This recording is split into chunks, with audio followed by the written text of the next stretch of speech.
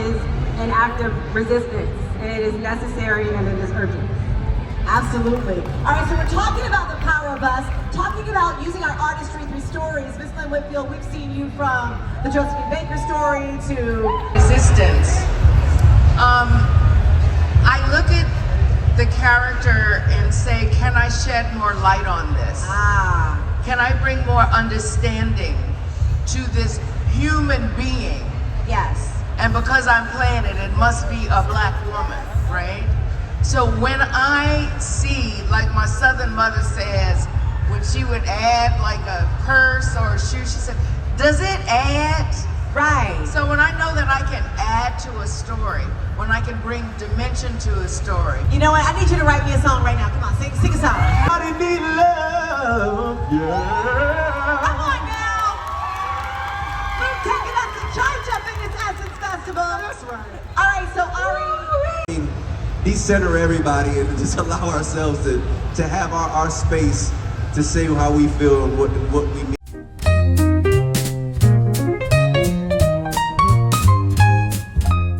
Hey y'all, oh my God. Y'all know this is my first time at Essence. My first time at Essence Fest, so I am so thankful.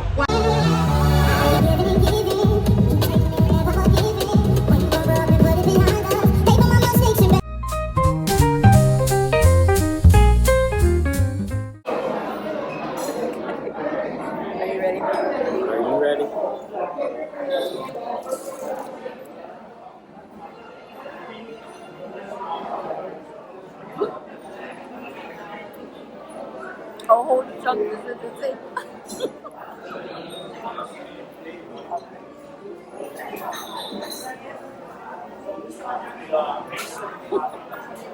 It's like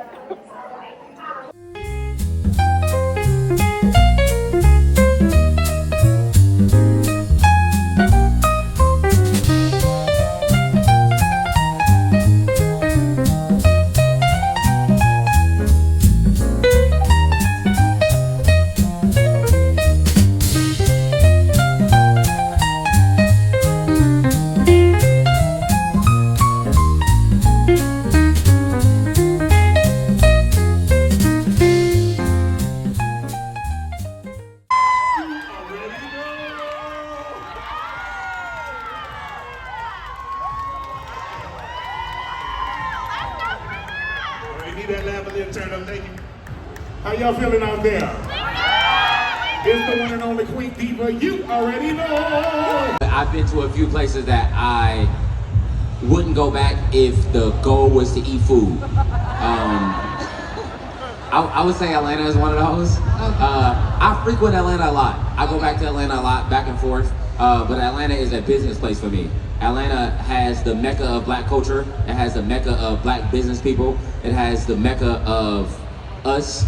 And I think it's one of those hubs that have some of the most intelligent and some of the most powerful black people that's on this planet. And everything but food. I will go and politic and have conversations and do things that I feel like are very important for the movement of the culture. But when I want to eat, I go back to the room.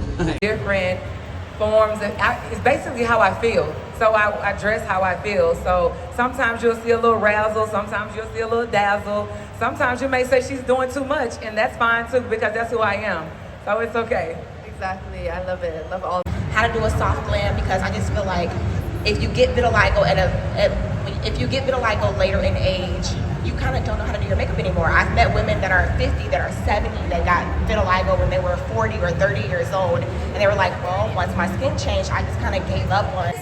Rising star of Forever on Netflix, Love You, Simone. Hi, Lovey. And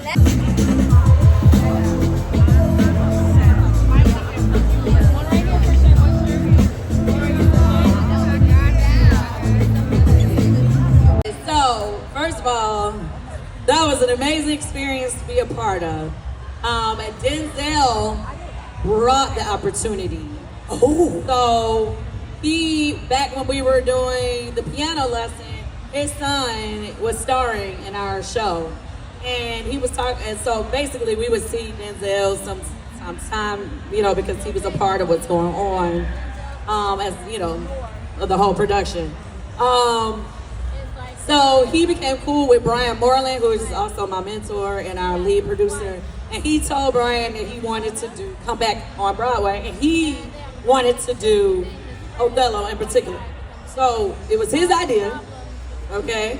And then from there, it was just a short list of, you know, people that he would possibly want to work with, Jake being the first one, and Jake immediately said yes. Jake was the first one on his list.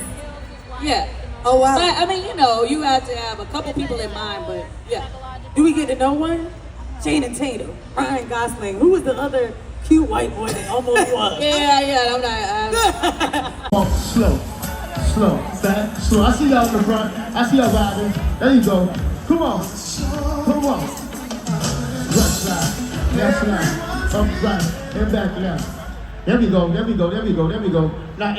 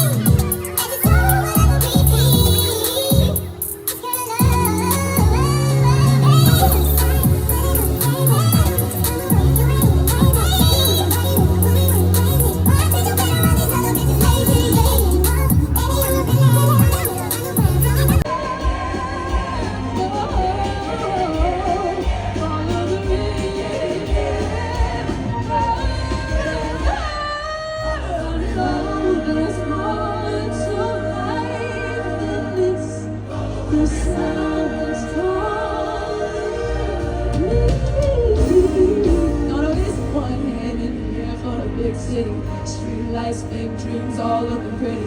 No place in the world that can come. Lights in the air, everybody say yeah, yeah, yeah, yeah. New York, concrete jungle where trees are made of. There's nothing you can't do. Now you're in New York.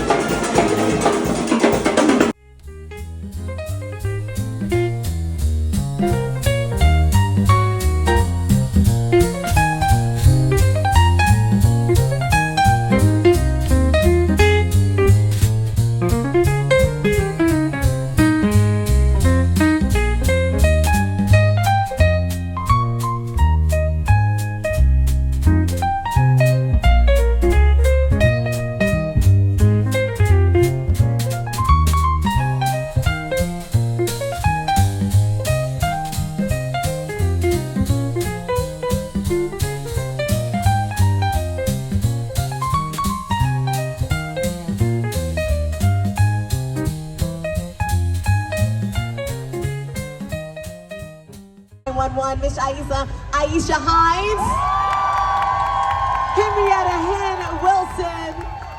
We've seen you go through a myriad of things as far as emotional and trying to adopt a child. How do you balance the emotional weight of the character and the role that you play and dealing with the emotional aspect of a first responder?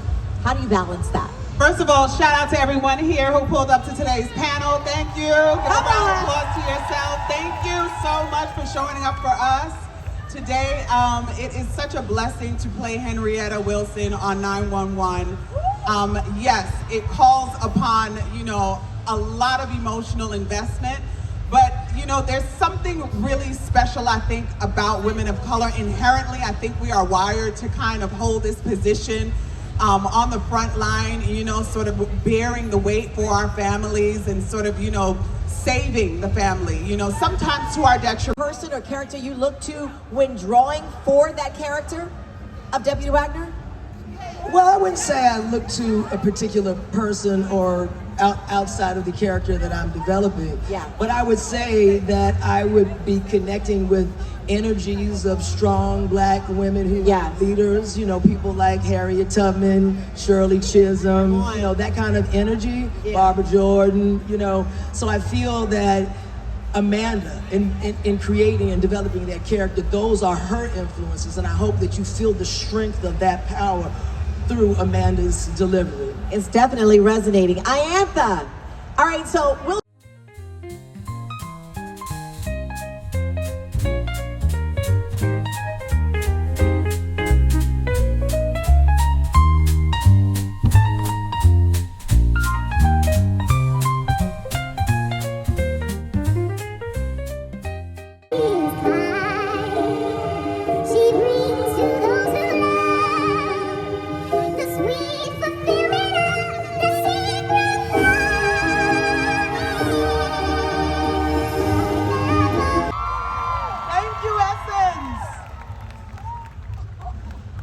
beautiful. Thank you, Dee. And you look beautiful. Doesn't she look beautiful?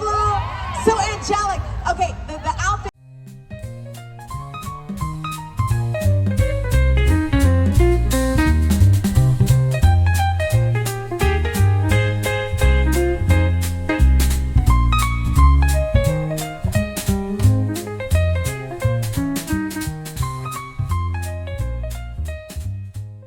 You know, sometimes I'll ride the bike around the neighborhood, do stuff like that. Yeah, it's like real chill stuff. Let me stop lying. All right, next question. So obviously we have a lot of content creators, people in the audience, and they're just trying to figure out where to start. I know you said you started it like at your parents' house. Yes. Just any advice for someone who's a little nervous, trying to figure out their way, where to go? Yes. The biggest advice is continue to try stuff and don't give up, but know which avenue you're going down and know what's working and know what's not. I think that the main thing to do is to stay consistent, but stay consistent with the right thing, not the wrong thing. I think people don't kind of understand what is working and what's not working for them. So I'd say be consistent with the right thing and know what is, it's so confusing to tell certain people because they understand. They're like, oh, you just say be consistent. Because I used to hear it all the time when I was on the come up. People tell you, just be consistent. And you're like, oh, that's such a small thing. But like, really when you look at the people that continue to get more wins, it's the consistent ones. After a loss, after a win, so yes. Yeah, no, definitely. I can't tell you. U-N-I-T-Y, it's a unity. I can neither confirm nor deny the NITIFH is in command. I can neither confirm nor deny that she may be coming on the show. But we definitely have an Yvette Lee Bowser who's the creator of the show. And the reason why that we're here now, Yvette Lee Bowser created that show a long time ago, 30 years, along with her collaborators, original collaborators, Kim Coles and Queen Latifah. I was actually work for hire. If you go to episode 0, you hear how we auditioned. You hear how we got on the show. You hear some of the things that she didn't know. She didn't know my father passed away a month or two before I got there. So there was reasons why I said, you know, I don't really remember the first couple of seasons. And I never really put it to the fact that I might have been a little zombie-like or traumatized and we're just going through the motions. But we got to learn stuff about each other. That's beautiful. And sort of, you know, have empathy and vibe. And have empathy and vibes and to heal. You know, any space that we as women, we as Black folks have an opportunity to have those conversations and heal, it's so necessary. Yeah. So spend that time understanding who your tribe is, learning more about your tribe, asking questions. And we're gonna ask some questions of each other in just a moment. But the more you can dig in, especially now more than ever. You're making that money on them seasons. Friend. Well, you made a grand entrance, baby girl. Friend. I know. Y'all, I'm out of breath. I did. And the reason why I say that is because, you know, if we're cool in real life, don't get on the camera and turn up for the camera. Oh, you and better breathe. Like we're not cool. Because see, I don't comprehend that. And I don't understand that. So that was a misconception for me. I think people should lean on their natural talents for entertainment. But when people don't naturally have that, then they lean towards drama. Absolutely. See, now how you gonna come and say that? You said it for me. You said it for everybody. Let me tell you, that's exactly what my experience has. I moved in a spirit, and it's gonna come out because I love my city and I love my people. And more. Yeah, so thank you. On Amazon called The Pickup. It is a heist movie starring Eddie Murphy, Pete Davidson. I'm always doing things on social, but I really don't like to talk a lot. I saw somebody post a post that said, you can talk to me because I'm cool, but I ain't that friendly. I don't want to keep talking. Like, let's be like, hey girl, give me a hug, let's do, Yeah. But to keep it long, I'm not, What are we saying for real? After a while that small talking becomes draining because what can I do? Yeah, but I don't talk, I'm not like a big talker. Like I have to be in the mood to want to talk. And I know people probably be shocked because, we do all this. Yeah. But, that's not, I'm very laid back. Yeah. Like I'm very, on a normal basis, I'm very laid back and chill. And if